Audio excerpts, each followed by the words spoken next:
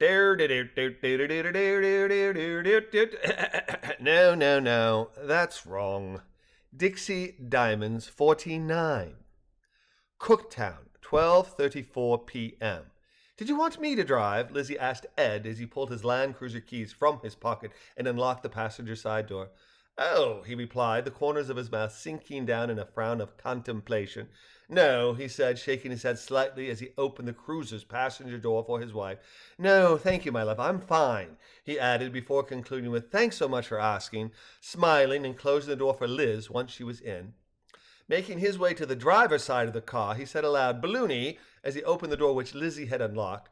How you holding up, mate? Feeling a bit optimistic?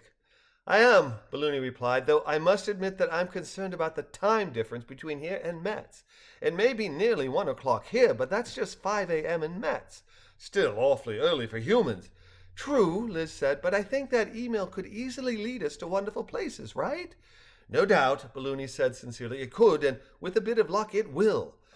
I'm wondering if we should tell the others or wait until we hear something from Rosie or Karen, or perhaps we should just tell Mama Pie what we know. I think for now it would be best to just stick with Mama, Ed said as he checked for traffic, then pulled away from the curb.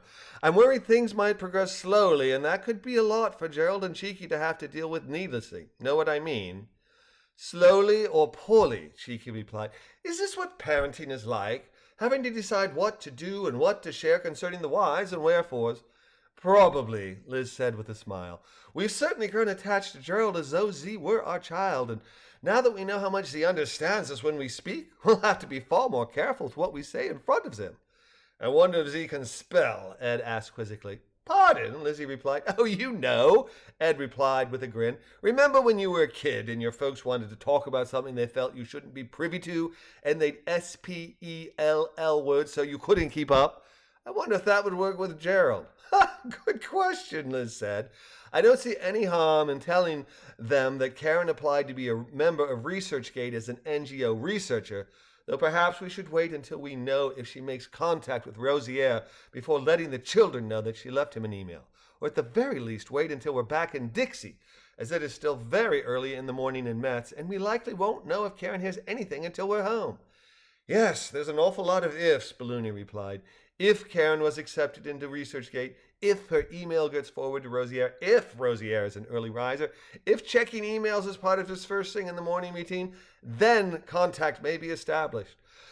I think I'll pop over to Karen and remind her that she can reach out to me directly if she hears anything at all from ResearchGate, rather than us having to wait until you get back to Dixie to deliver any news.